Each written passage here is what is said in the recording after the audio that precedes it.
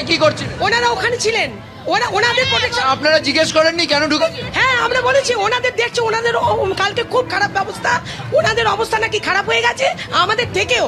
ঢুকে বলেছে আমাদের লোকানোর জায়গা দিন, আমাদের হচ্ছে বাথরুমে লুকাচ্ছে পুলিশ। হ্যাঁ, আমাদের ওয়ার্ডে এসে বলছে যে আমাদের লোকানোর জায়গা দিন। দেখলাম আমাদের শান্তিপ্রিয় মিছিল, তার মধ্যে ডাক্তারেরা, জুনিয়র ডাক্তাররা, নার্সরা, বুদ্ধিজীবীর কিছু লোক, অল্প বয়সের স্টুডেন্ট, তারা সুন্দর একটি মিছিল করে আরজি করার সামনে দিয়ে যাচ্ছে। হঠাৎ কিছু বহিরাগত, কোথা থেকে জানি না আমরা, কোথা থেকে এলো তারা, হঠাৎ দেখছি লাঠি সোটা হাতে অস্ত্র, হঠাৎ করে আমাদের উপরে হামলা করছে। আমরা বলছি বাবা কেন আপনারা হামলা করছেন? আমরা শান্তিপ্রিয় একটা মিছিল নিয়ে যাচ্ছি। সেই ক্ষেত্রে তারা হঠাৎ করে হামলা করলো। এত বড় লোহার গেট তারা ভাঙলো, অস্ত্র ছাড়া তো গেট ভাঙা যায় না। আমরা দেখে তো অবাক। আমরা সাধারণ পাবলিক ভেবেছিলাম একটা ছোট্ট মিছিল করে প্রোটেস্ট করব, সেই প্রোটেস্টের নামে আমাদেরকে বদনাম করা হলো।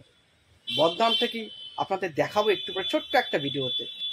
কিন্তু পুলিশ ঠিক দাঁড়িয়ে আমাদের থেকে 10 মিনিট 15 মিনিটের রাস্তা, ঠায়ে দাঁড়িয়ে আছে পুলিশ, কেউ কিচ্ছু বলার নেই।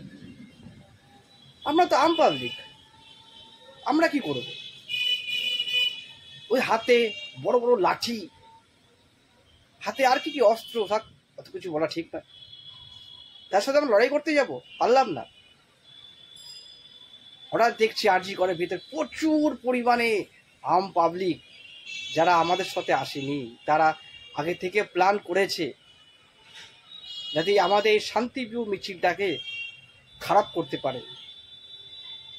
আমরা তাদেরকে চিনি না, জানি না কোথা থেকে এলো হাফ প্যান্ট পরা কিছু বহিরাগত ছেলে, কোথা থেকে এলো তারা?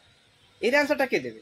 পুলিশ ঠিক দাঁড়িয়ে আছে একটু দূরে, 10 হাত থেকে 15 হাত 20 হাত 30 হাত, আধা ঘন্টা 30 মিনিট তারা দেখছে আরজিকর জ্বলছে।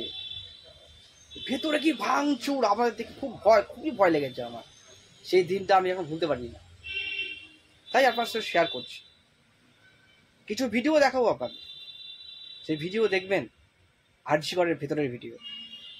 আরজিকর যেখানে সেবা পাওয়া যায়, হসপিটাল সেফটি জোন আমরা জানি। রেপ কেন হবে? এত কিছু কেন হবে? এইভাবেই কিছু ডাক্তাররা বলছে নৃশংসভাবে মারা হয়েছে। ডাক্তারের রিপোর্ট আমরা তো জানি না, আমরা সোশ্যাল মিডিয়ায় যে ডাক্তারদের কথা শুনি। চলুন দেখি ছোট্ট একটা ভিডিও, আরজিকরের ভেতরের ভিডিও। দেখুন ডাক্তাররা পর্যন্ত কেমনভাবে পুলিশের উপরে আস্থা রাখতে পারছেন না।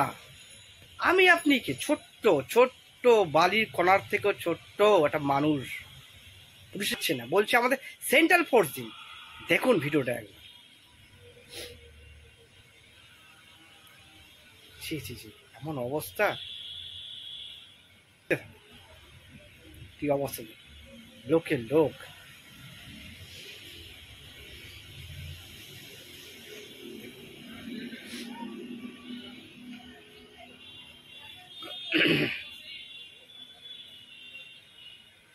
দেখলেন পুলিশের কি অবস্থা?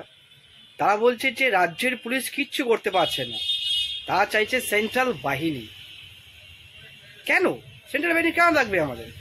আমাদের ওয়েস্ট বেঙ্গল পুলিশ কি কাজ করতে জানে না? প্রচুর কিছু কাজ করতে জানে, তাদেরকে কাজ করতে দিতে হবে। তারা ভয়ে চুপচাপ বসে আছে, বাইরে বহিরাগতদের ভিড়। আপনারা দেখুন না একবার এসে, সেন্ট্রাল বাহিনী আসুক, এসে এদেরকে প্রোটেক্ট করুন। ডাক্তার যারা আমাদের ভগবান, তাদের এই অবস্থা। আজকে ভিডিওটা সবাইকে দেখাবো, আপনারা দেখবেন। আরজিকরের ভেতরের অবস্থাটা দেখুন আপনারা। পুলিশ থাকতো এত সহজ হলো? এই যারা ভাঙচুর করলো তারা তো আর আমাদের দলের সাথে আসেনি, তারা তো প্রোটেস্ট করতে আসেনি, তারা এসে ডাক্তারদের উপর চড়াও করতে। আপনারা দেখুন কি অবস্থা আমাদের হাসপাতালটায়, এই আরজিকরের হাসপাতাল। কেউ ভুলবে এটা? নরকই হয়ে গেছে।